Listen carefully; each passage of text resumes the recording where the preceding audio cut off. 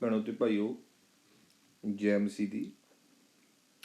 ਪਿਆਰਿਓ, ਮੈਂ ਤੁਹਾਡੇ ਨਾਲ ਇੱਕ ਬਹੁਤ ਹੀ ਮਹੱਤਵਪੂਰਨ ਵਿਸ਼ਾ ਸ਼ੇਅਰ ਕਰਨਾ ਚਾਹੁੰਦਾ ਹਾਂ।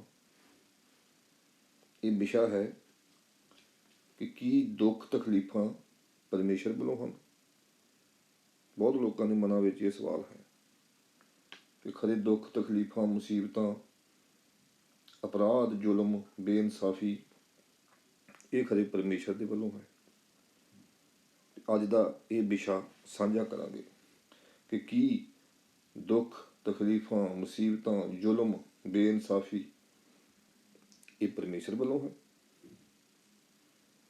ਅੱਜ ਅਸੀਂ ਦੇਖਦੇ ਹਾਂ ਕਿ ਦੁਨੀਆ ਉੱਤੇ ਦੁੱਖ ਹੈ, ਤਕਲੀਫਾਂ ਹਨ, ਕਸ਼ਟ ਹੈ, ਮੁਸੀਬਤ ਹੈ, ਨਾ ਇਨਸਾਫੀ ਹੈ, ਜ਼ੁਲਮ ਹੈ, ਅਪਰਾਧ ਹੈ। ਕਿਤੇ ਯੁੱਧ ਹੁੰਦਾ ਹੈ, ਲੜਾਈ ਹੁੰਦੀ ਹੈ ਤਾਂ ਹਜ਼ਾਰਾਂ ਦੀ ਤਾਦਾਦ ਦੇ ਵਿੱਚ ਔਰਤਾਂ ਤੇ ਮਾਸੂਮ ਬੱਚੇ ਮਰ ਜਾਂਦੇ ਹਨ। ਤੇ ਮਨਾਂ ਦੇ ਵਿੱਚ ਸਵਾਲ ਪੈਦਾ ਹੁੰਦਾ ਹੈ, ਕਿਉਂ? ਇਹ ਸਵਾਲ ਅਕਸਰ ਲੋਕ ਪੁੱਛਦੇ ਹਨ। ਯੁੱਧਾਂ ਨਾਲ, ਲੜਾਈਆਂ ਨਾਲ, ਬਿਮਾਰੀ ਨਾਲ, ਕੁਦਰਤੀ ਆਫਤਾਂ ਨਾਲ ਲੋਕ ਮਰ ਜਾਂਦੇ ਹਨ, ਬੱਚੇ ਮਰ ਜਾਂਦੇ ਹਨ। ਬਹੁਤ ਬੇਗਨਾਹ ਲੋਕ ਜ਼ੁਲਮ ਨਾਲ ਮਰ ਜਾਂਦੇ ਹਨ, ਘਰ ਬਰਬਾਦ ਹੋ ਜਾਂਦੇ ਹਨ। ਉਹਨਾਂ ਦਾ ਇਹ ਸਵਾਲ ਹੈ, ਕਿਉਂ? ਬਹੁਤ ਲੋਕਾਂ ਦਾ ਇਹ ਸਵਾਲ ਹੈ ਕਿ ਕਿਉਂ ਇਹ ਕਹਿਰ ਉਹਨਾਂ ਉੱਤੇ ਹੀ ਟੁੱਟਿਆ, ਕਿਉਂ ਇਹ ਆਫਤ ਉਹਨਾਂ ਉੱਤੇ ਹੀ ਆਈ, ਉਹਨਾਂ ਉੱਤੇ ਹੀ ਕਿਉਂ?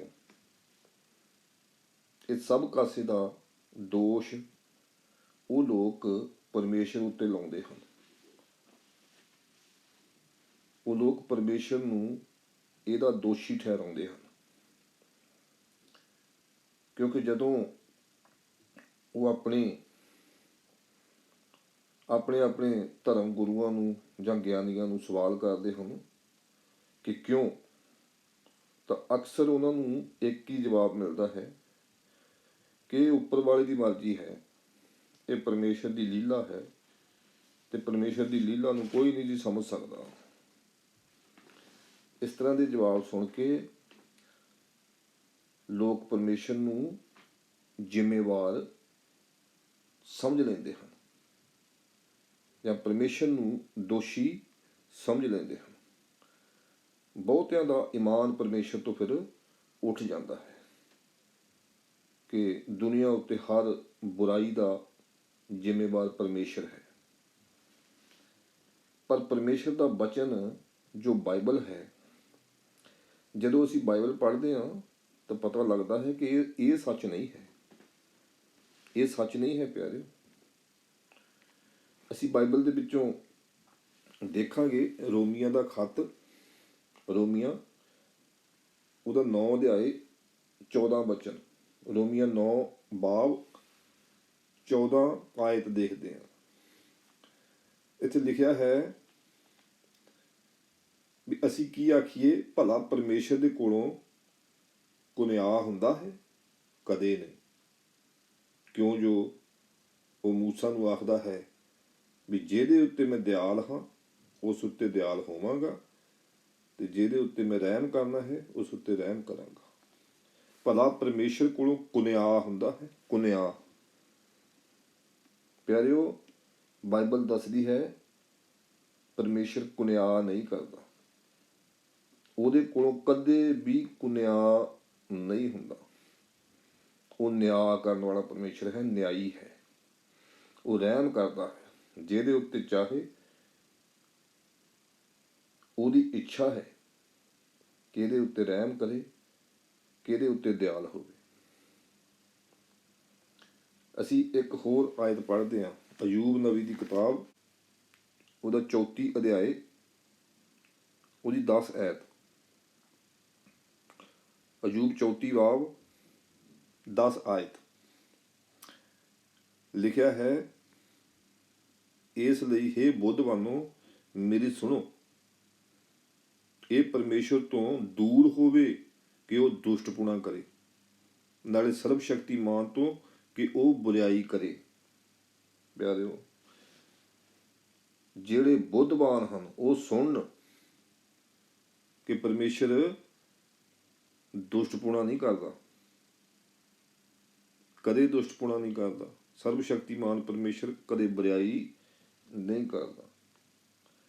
ਅਸੀਂ ਇੱਕ ਹੋਰ ਹਵਾਲਾ ਦੇਖਦੇ ਹਾਂ, ਬਿਵਸਥਾ ਸਾਰ 32 ਅਧਿਆਏ ਉਹਦੀ 4 ਐਤ। ਬਿਵਸਥਾ ਸਾਰ 32 ਬਾਬ ਦੀ 4 ਐਤ। ਉਹ ਚੱਟਾਨ ਹੈ, ਉਹਦੀ ਕਰਨੀ ਪੂਰੀ ਹੈ, ਕਿਉਂ ਜੋ ਉਸ ਦੇ ਸਾਰੇ ਮਾਰਗ ਨਿਆਂ ਦੇ ਹਨ। ਉਹ ਸਚਾਈ ਦਾ ਪਰਮੇਸ਼ਰ ਹੈ, ਉਸ ਵਿੱਚ ਬੁਰਾਈ ਹੈ ਨਹੀਂ। ਉਹ ਧਰਮੀ ਅਤੇ ਸਚਿਆਰ ਹੈ। ਦੇਖੋ ਪਿਆਰਿਓ, ਬਾਈਬਲ ਦੱਸਦੀ ਹੈ ਕਿ ਪਰਮੇਸ਼ਰ ਦੇ ਸਾਰੇ ਮਾਰਗ ਨਿਆਂ ਦੇ ਹਨ। ਉਹ ਕੁਨਿਆਈ ਨਹੀਂ ਹੈ, ਉਹ ਸਚਾਈ ਦਾ ਪਰਮੇਸ਼ਰ ਹੈ, ਬੁਰਾਈ ਉਹਦੇ ਵਿੱਚ ਹੈ ਨਹੀਂ। ਉਹ ਧਰਮੀ ਅਤੇ ਸਚਿਆਰ ਹੈ। ਪਿਆਰਿਓ, ਤੇ ਸਵਾਲ ਪੈਦਾ ਹੁੰਦਾ ਹੈ ਕਿ ਫਿਰ ਦੁੱਖ ਕਿਉਂ ਹਨ, ਸੰਸਾਰ ਉੱਤੇ ਕਸ਼ਟ ਕਿਉਂ ਹਨ, ਜ਼ੁਲਮ ਅਤਿਆਚਾਰ ਕਿਉਂ ਹੈ, ਬਿਮਾਰੀਆਂ ਕਿਉਂ ਹਨ, ਨਾ ਇਨਸਾਫੀ ਕਿਉਂ ਹੈ। ਪਿਆਰਿਓ, ਬਾਈਬਲ ਦੱਸਦੀ ਹੈ ਇਹਦਾ ਕਾਰਨ ਇਨਸਾਨ ਖੁਦ ਹੈ। ਇਨਸਾਨ ਖੁਦ ਹੈ। ਬਾਈਬਲ ਦੱਸਦੀ ਹੈ ਪਰਮੇਸ਼ਰ ਨੇ ਜਦੋਂ ਸ੍ਰਿਸ਼ਟੀ ਦੀ ਰਚਨਾ ਕੀਤੀ, ਪਹਿਲੇ ਇਨਸਾਨ ਆਦਮ ਨੂੰ ਤੇ ਉਹਦੀ ਪਤਨੀ ਹਵਾ ਨੂੰ ਅਦਨ ਦੇ ਇੱਕ ਬਗੀਚੇ ਦੇ ਵਿੱਚ ਰੱਖਿਆ, ਤੇ ਪਰਮੇਸ਼ਰ ਨੇ ਉਹਨਾਂ ਨੂੰ ਇੱਕ ਆਗਿਆ ਦਿੱਤੀ ਕਿ ਤੁਸੀਂ ਇਹ ਫਲਾਨਾ ਫਲ ਜਿਹੜਾ ਹੈ ਇਹ ਨਹੀਂ ਖਾਣਾ, ਇਸ ਆਗਿਆ ਦੇ ਅੰਦਰ ਰਹਿਣਾ। ਲੇਕਿਨ ਉਹਨਾਂ ਨੇ ਸ਼ੈਤਾਨ ਦੇ ਬਹਿਕਾਵੇ ਵਿੱਚ ਆ ਕੇ, ਸ਼ੈਤਾਨ ਦੀ ਗੱਲ ਨੂੰ ਮੰਨ ਕੇ ਤੇ ਪਰਮੇਸ਼ਰ ਦੀ ਆਗਿਆ ਤੋੜ ਦਿੱਤੀ। ਆਗਿਆ ਤੋੜ ਦਿੱਤੀ ਤੇ ਕੀ ਹੋਇਆ? ਦੁੱਖਾਂ ਦੀ ਸ਼ੁਰੂਆਤ ਹੋਈ। ਪਿਆਰਿਓ, ਉੱਥੋਂ ਫਿਰ ਦੁੱਖਾਂ ਦੀ ਸ਼ੁਰੂਆਤ ਹੋਈ। ਮੈਂ ਪੜਾਂਗਾ ਉਤਪਤ 3 ਬਾਬ ਉਹਦੀ 17-18 ਆਇਤ। ਫਿਰ ਪਰਮੇਸ਼ਰ ਨੇ ਆਦਮੀ ਨੂੰ ਆਖਿਆ ਕਿ ਇਸ ਲਈ ਕਿ ਤੂੰ ਆਪਣੀ ਤੀਵੀਂ ਦੀ ਗੱਲ ਸੁਣੀ ਹੈ ਅਤੇ ਉਸ ਬ੍ਰਿਕਸ਼ ਤੋਂ ਖਾਧਾ ਜਿਸ ਦੇ ਵਿਖੇ ਮੈਂ ਤੈਨੂੰ ਹੁਕਮ ਦਿੱਤਾ ਸੀ ਵੀ ਉਸ ਤੋਂ ਨਾ ਖਾਈ, ਸੋ ਜ਼ਮੀਨ ਤੇਰੇ ਲਈ ਸਰਾਪਤ ਹੋਈ। ਜ਼ਮੀਨ ਤੇਰੇ ਲਈ ਸਰਾਪਤ ਹੋਈ। ਤੂੰ ਆਪਣੇ ਜੀਵਨ ਦੇ ਸਾਰੇ ਦਿਨ ਉਸ ਤੋਂ ਦੁੱਖ ਨਾਲ ਖਾਵੇਂਗਾ, ਦੁੱਖ ਨਾਲ ਖਾਵੇਂਗਾ। ਉਹ ਕੰਡੇ ਔਰ ਕੰਡਿਆਲੇ ਤੇਰੇ ਲਈ ਉਗਾਵੇਗੀ ਤੇ ਤੂੰ ਪੈਲੀ ਦਾ ਸਾਗ ਫੱਤ ਖਾਵੇਂਗਾ। ਦੇਖੋ, ਇਨਸਾਨ ਦੇ ਪਾਪ ਦੇ ਕਾਰਨ ਇਹ ਧਰਤੀ ਸਰਾਪੀ ਹੋਈ ਹੈ ਤੇ ਅੱਜ ਸਾਰਾ ਸੰਸਾਰ ਸ਼ੈਤਾਨ ਦੀ ਮੁੱਠੀ ਵਿੱਚ ਹੈ। ਸਾਰਾ ਸੰਸਾਰ ਪਾਪ ਦੇ ਬਸ ਵਿੱਚ ਹੈ। ਸੰਸਾਰ ਵਿੱਚ ਅੱਜ ਪਾਪ ਹੈ, ਗੁਨਾਹ ਹੈ, ਕਿਉਂਕਿ ਹਰ ਇਨਸਾਨ ਪਾਪ ਵਿੱਚ ਜਨਮ ਲੈਂਦਾ ਹੈ, ਪਾਪ ਵਿੱਚ ਵੱਧਦਾ ਫੁੱਲਦਾ ਹੈ, ਪਾਪ ਵਿੱਚ ਰਹਿ ਰਿਹਾ ਹੈ, ਪਾਪ ਕਰ ਰਿਹਾ ਹੈ, ਗੁਨਾਹ ਕਰ ਰਿਹਾ ਹੈ। ਜਿਸ ਕਰਕੇ ਸੰਸਾਰ ਵਿੱਚ ਦੁੱਖ ਹੈ, ਕਸ਼ਟ ਹੈ, ਮੁਸੀਬਤਾਂ ਹਨ, ਬਿਮਾਰੀਆਂ ਹਨ, ਮੌਤ ਹੈ। ਸਾਰੀ ਸ੍ਰਿਸ਼ਟੀ ਇਹ ਚੱਲ ਰਹੀ ਹੈ। ਪਿਆਰਿਓ, ਇਕੱਲਾ ਇਨਸਾਨ ਹੀ ਨਹੀਂ ਚੱਲ ਰਿਹਾ, ਇਹ ਦੁੱਖ ਤਕਲੀਫ ਇਹ ਸਾਰੀ ਸ੍ਰਿਸ਼ਟੀ ਚੱਲ ਰਹੀ ਹੈ। ਸਾਰੀ ਸ੍ਰਿਸ਼ਟੀ ਨੂੰ ਪੀੜ ਹੈ। ਅਸੀਂ ਇੱਕ ਬਚਨ ਪੜਾਂਗੇ, ਰੋਮੀਆਂ 8 ਉਹਦੀ 22। ਰੋਮੀਆਂ 8 ਬਾਬ ਉਹਦੀ 22 ਐਤ। ਅਸੀਂ ਜਾਣਦੇ ਹਾਂ ਵੀ ਸਾਰੀ ਸ੍ਰਿਸ਼ਟੀ ਰਲ ਕੇ ਹੁਣ ਤੱਕ ਹੌਕੇ ਭਰਦੀ ਹੈ ਅਤੇ ਉਹਨੂੰ ਪੀੜਾਂ ਲੱਗੀਆਂ ਹੋਈਆਂ ਹਨ। ਸਾਰੀ ਸ੍ਰਿਸ਼ਟੀ ਹੌਕੇ ਭਰਦੀ ਹੈ, ਹੁਣ ਤੱਕ ਉਹਨੂੰ ਪੀੜਾਂ ਲੱਗੀਆਂ ਹੋਈਆਂ। ਇਹਦਾ ਕਾਰਨ ਇਨਸਾਨ ਹੈ, ਇਨਸਾਨ ਇਹਦਾ ਕਾਰਨ ਹੈ, ਜਿਸ ਕਰਕੇ ਅੱਜ ਸਾਰਾ ਸੰਸਾਰ ਸ਼ੈਤਾਨ ਦੇ ਬਸ ਵਿੱਚ ਹੈ। ਇਸ ਸੰਸਾਰ ਦੇ ਉੱਤੇ ਫਿਲਹਾਲ ਪਰਮੇਸ਼ਰ ਦਾ ਰਾਜ ਨਹੀਂ ਹੈ, ਹਾਲੇ ਇਸ ਸੰਸਾਰ ਦੇ ਉੱਤੇ ਸ਼ੈਤਾਨ ਦਾ ਰਾਜ ਹੈ। ਬਾਈਬਲ ਸ਼ੈਤਾਨ ਨੂੰ ਇਸ ਯੁੱਗ ਦਾ ਪਰਮੇਸ਼ਰ ਕਹਿੰਦੀ ਹੈ, ਇਸ ਯੁੱਗ ਦਾ ਪਰਮੇਸ਼ਰ, ਇਸ ਯੁੱਗ ਦਾ ਈਸ਼ਵਰ। ਅਸੀਂ ਇੱਕ ਹਵਾਲਾ ਦੇਖਾਂਗੇ ਬਾਈਬਲ ਵਿੱਚੋਂ, 2 ਕੁਰਿੰਥੀਆਂ 4 ਬਾਬ ਉਹਦੀ 4 ਐਤ।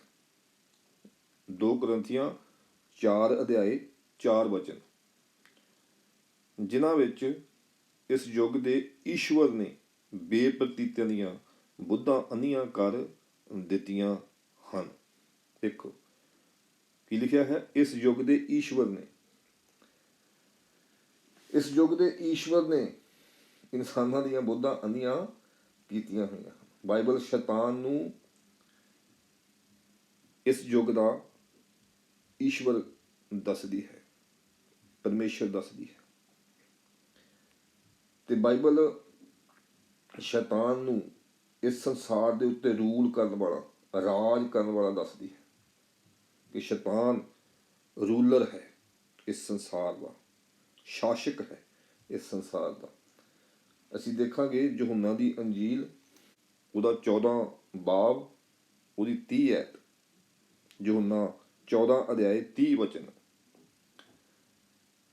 ਮੈਂ ਫਿਰ ਤੁਹਾਡੇ ਨਾਲ ਬਹੁਤੀਆਂ ਗੱਲਾਂ ਨਾ ਕਰਾਂਗਾ, ਇਸ ਲਈ ਜੋ ਜਗਤ ਦਾ ਸਰਦਾਰ ਆਉਂਦਾ ਹੈ ਅਤੇ ਮੇਰੇ ਵਿੱਚ ਉਹਦਾ ਕੁਛ ਨਹੀਂ। ਜਗਤ ਦਾ ਸਰਦਾਰ,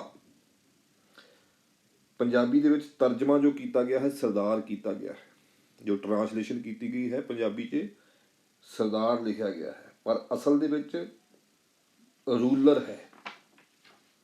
ਜਦੋਂ ਅਸੀਂ ਓਰੀਜਨਲ ਭਾਸ਼ਾ ਦੇ ਵਿੱਚ, ਜਿਹੜੀ ਯੂਨਾਨੀ ਭਾਸ਼ਾ ਵਿੱਚ ਲਿਖੀ ਗਈ ਬਾਈਬਲ ਹੈ ਓਰੀਜਨਲ, ਉਹਦੇ ਵਿੱਚ ਪੜ੍ਹਦੇ ਹਾਂ ਤਾਂ ਯੂਨਾਨੀ ਦਾ ਸ਼ਬਦ ਹੈ ਆਰਖੋਨ, ਆਰਖੋਨ, ਜਿਹਦਾ ਅਰਥ ਹੈ ਇਹ ਰੂਲਰ, ਰੂਲ ਕਰਨ ਵਾਲਾ, ਰਾਜ ਕਰਨ ਵਾਲਾ। ਸੋ ਪਿਆਰਿਓ, ਬਾਈਬਲ ਦੱਸਦੀ ਹੈ ਕਿ ਸ਼ੈਤਾਨ ਇਸ ਸੰਸਾਰ ਦਾ ਈਸ਼ਵਰ ਹੈ, ਸ਼ਾਸਕ ਹੈ, ਰੂਲਰ ਹੈ, ਰਾਜ ਕਰਨ ਵਾਲਾ, ਤੇ ਸਾਰਾ ਸੰਸਾਰ ਜਿਹੜਾ ਹੈ ਉਹਦੇ ਬਸ ਵਿੱਚ ਹੈ। ਅਸੀਂ ਦੇਖਾਂਗੇ ਯਹੋਨਾ ਦਾ ਪਹਿਲਾ ਖੱਤ 5 ਬਾਬ ਦੀ 19 ਐਤ।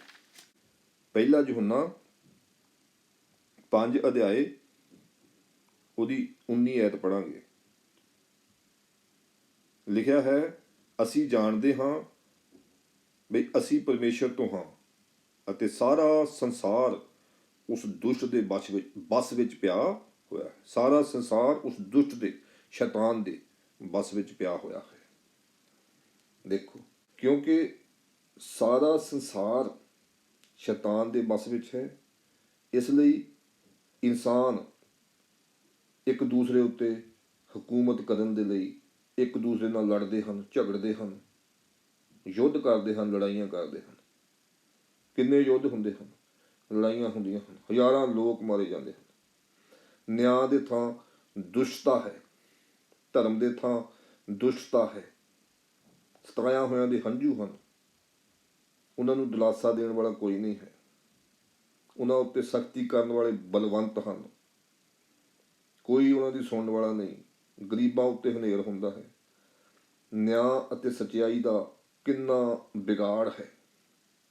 ਬਾਈਬਲ ਦੱਸਦੀ ਹੈ ਇਹ ਸਭ ਕੁਝ ਪਰਮੇਸ਼ਰ ਦੇਖ ਰਿਹਾ ਹੈ, ਪਰ ਇਹਦਾ ਸਮਾਂ ਠਹਿਰਾਇਆ ਹੋਇਆ ਹੈ। ਠਹਿਰਾਏ ਹੋਏ ਸਮੇਂ ਤੱਕ ਇਹ ਰਹੇਗਾ। ਇੱਕ ਦਿਨ ਹੈ ਜਦੋਂ ਪਰਮੇਸ਼ਰ ਇਹਦਾ ਅੰਤ ਕਰੇਗਾ, ਕਿਉਂਕਿ ਪਰਮੇਸ਼ਰ ਦੇ ਪਿਆਰੇ ਨਬੀ ਨੇ ਇਹ ਸਵਾਲ ਪਰਮੇਸ਼ਰ ਨੂੰ ਕੀਤਾ ਸੀ ਕਿ ਤੂੰ ਇਹ ਕਿਉਂ ਹੋਣ ਦੇ ਰਿਹਾ, ਤੇ ਪਰਮੇਸ਼ਰ ਨੇ ਉਸ ਨਬੀ ਨੂੰ ਉੱਤਰ ਦੇ ਕੇ ਦੱਸਿਆ ਸੀ ਕਿ ਠਹਿਰਾਏ ਹੋਏ ਸਮੇਂ ਤੱਕ ਇੰਤਜ਼ਾਰ ਕਰ।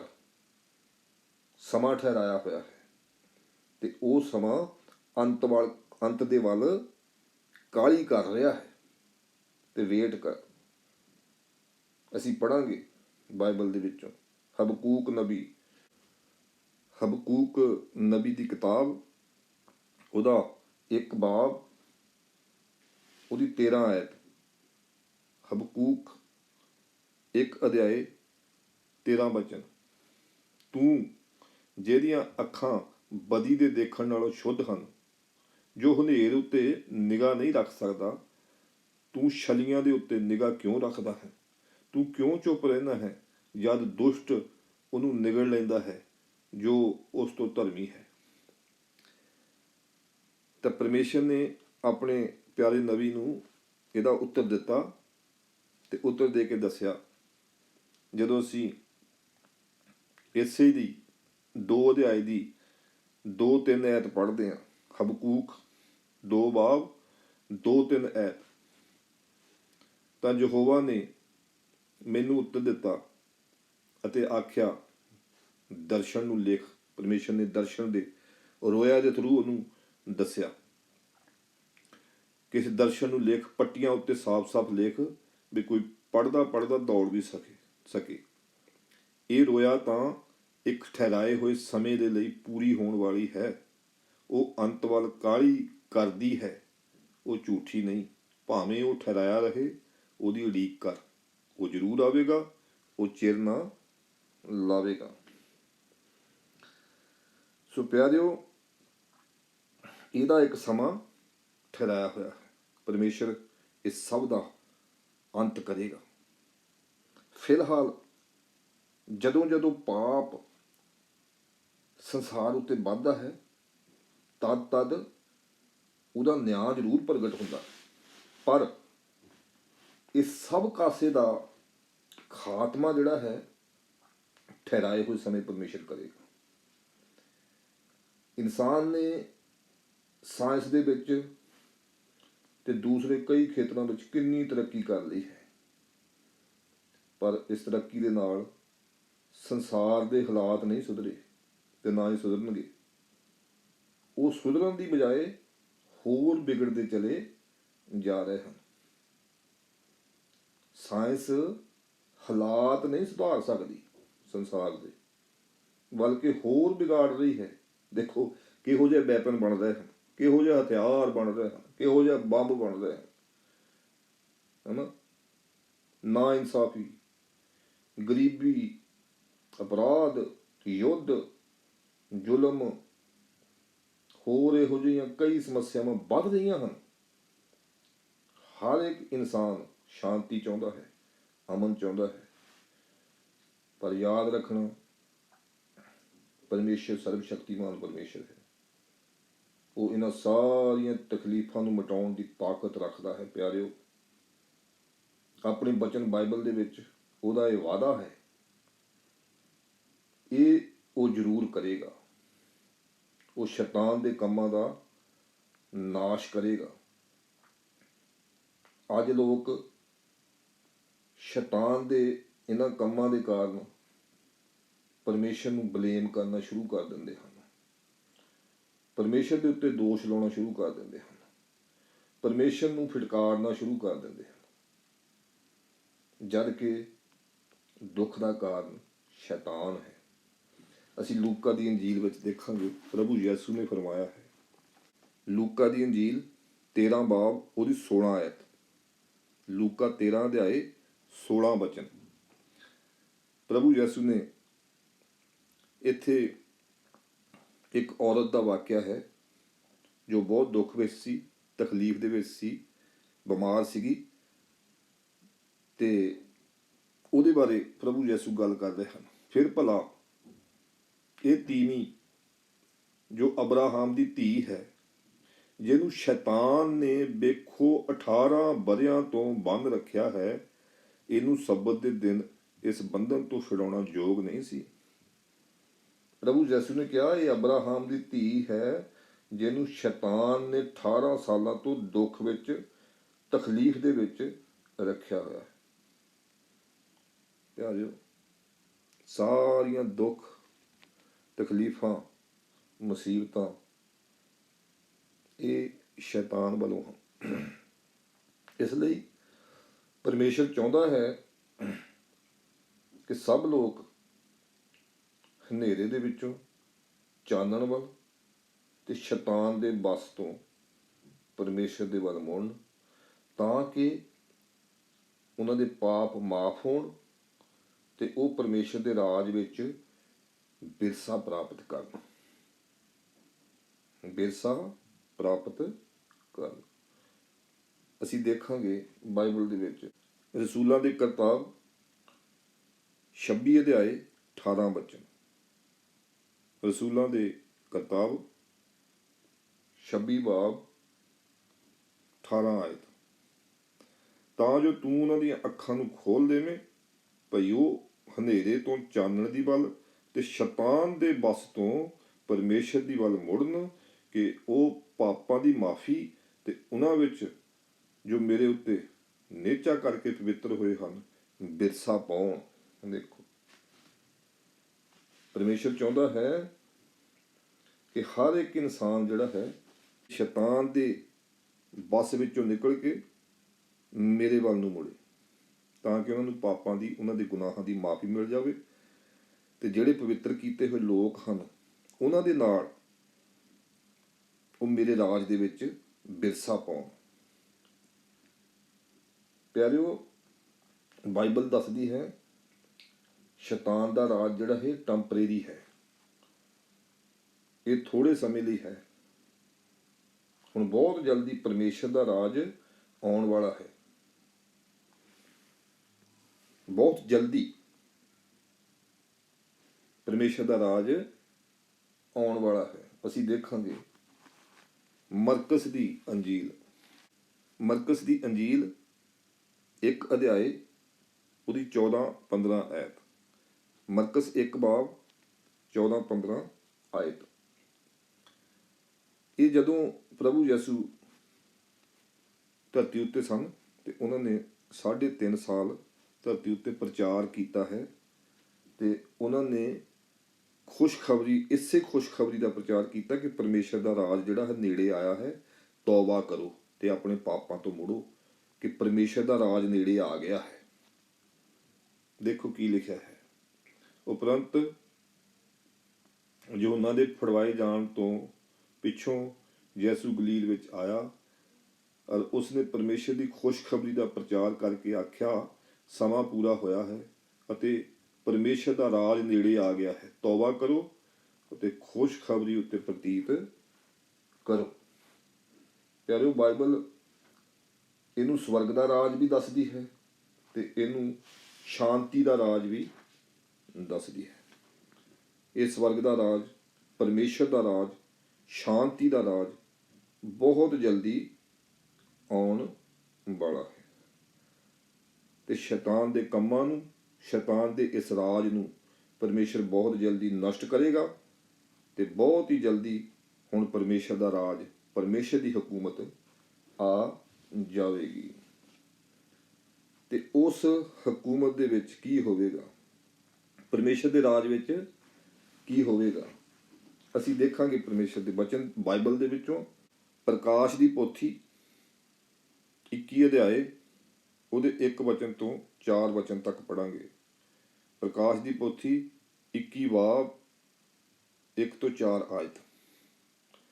ਤਾਂ ਮੈਂ ਨਵਾਂ ਆਕਾਸ਼ ਅਤੇ ਨਵੀਂ ਧਰਤੀ ਵੇਖੀ, ਕਿਉਂ ਜੋ ਪਹਿਲਾ ਆਕਾਸ਼ ਅਤੇ ਪਹਿਲੀ ਧਰਤੀ ਜਾਂਦੀ ਰਹੀ ਹੈ ਅਤੇ ਹੁਣ ਅਗਾਹਾਂ ਨੂੰ ਸਮੁੰਦਰ ਹੈ ਨਹੀਂ। ਅਤੇ ਮੈਂ ਪਵਿੱਤਰ ਨਗਰੀ ਨਵੀਂ ਯਰੂਸ਼ਲਮ ਨੂੰ ਇਉਂ ਤਿਆਰ ਕੀਤੀ ਹੋਈ ਮਾਨੋ ਲਾੜੀ ਆਪਣੇ ਲਾੜੇ ਲਈ ਸ਼ਿੰਗਾਰੀ ਹੋਈ ਹੈ, ਪਰਮੇਸ਼ਰ ਦੇ ਕੋਲੋਂ ਆਕਾਸ਼ੋਂ ਉਤਰਦੀ ਨੂੰ ਵੇਖਿਆ। ਅਤੇ ਮੈਂ ਸਿੰਘਾਸਨ ਤੋਂ ਇੱਕ ਵੱਡੀ ਆਵਾਜ਼ ਇਹ ਆਖਦੇ ਸੁਣੀ, ਵੀ ਵੇਖ, ਪਰਮੇਸ਼ਰ ਦਾ ਡੇਰਾ ਮਨੁੱਖਾਂ ਦੇ ਨਾਲ ਹੈ। ਪਰਮੇਸ਼ਰ ਦਾ ਡੇਰਾ ਮਤਲਬ ਪਰਮੇਸ਼ਰ ਮਨੁੱਖਾਂ ਨਾਲ ਵਾਸ ਕਰੇਗਾ। ਪਰਮੇਸ਼ਰ ਦਾ ਡੇਰਾ ਮਨੁੱਖਾਂ ਦੇ ਨਾਲ ਹੈ ਅਤੇ ਉਹ ਉਹਨਾਂ ਨਾਲ ਡੇਰਾ ਕਰੇਗਾ ਅਤੇ ਉਹ ਉਸ ਦੀ ਪ੍ਰਜਾ ਹੋਣਗੇ ਅਤੇ ਪਰਮੇਸ਼ਰ ਆਪ ਉਹਨਾਂ ਦਾ ਪਰਮੇਸ਼ਰ ਹੋ ਕੇ ਉਹਨਾਂ ਦੇ ਨਾਲ ਰਹੇਗਾ ਅਤੇ ਉਹ ਉਹਨਾਂ ਦੀਆਂ ਅੱਖੀਆਂ ਤੋਂ ਹਰੇਕ ਹੰਝੂ ਪੂੰਝੇਗਾ ਅਤੇ ਹੁਣ ਅਗਾਹਾਂ ਨੂੰ ਮੌਤ ਨਾ ਹੋਵੇਗੀ, ਨਾ ਅਗਾਹਾਂ ਨੂੰ ਸੋਗ, ਨਾ ਰੋਣਾ, ਨਾ ਦੁੱਖ ਹੋਵੇਗਾ। ਪਿਆਰਿਓ, ਨਵੀਂ ਧਰਤੀ ਤੇ ਨਵਾਂ ਆਕਾਸ਼, ਪਰਮੇਸ਼ਰ ਦੇ ਰਾਜ ਦੇ ਵਿੱਚ ਇਹ ਧਰਤੀ ਨਹੀਂ ਹੋਵੇਗੀ, ਇਹ ਆਕਾਸ਼ ਨਹੀਂ ਹੋਏਗਾ। ਪਰਮੇਸ਼ਰ ਨਵੀਂ ਧਰਤੀ ਨਵਾਂ ਆਕਾਸ਼ ਉਤਪੰਨ ਕਰੇਗਾ ਤੇ ਨਵੀਂ ਧਰਤੀ ਨਵੇਂ ਆਕਾਸ਼ ਦੇ ਵਿੱਚ ਪਰਮੇਸ਼ਰ ਦਾ ਰਾਜ ਸ਼ੁਰੂ ਹੋਵੇਗਾ।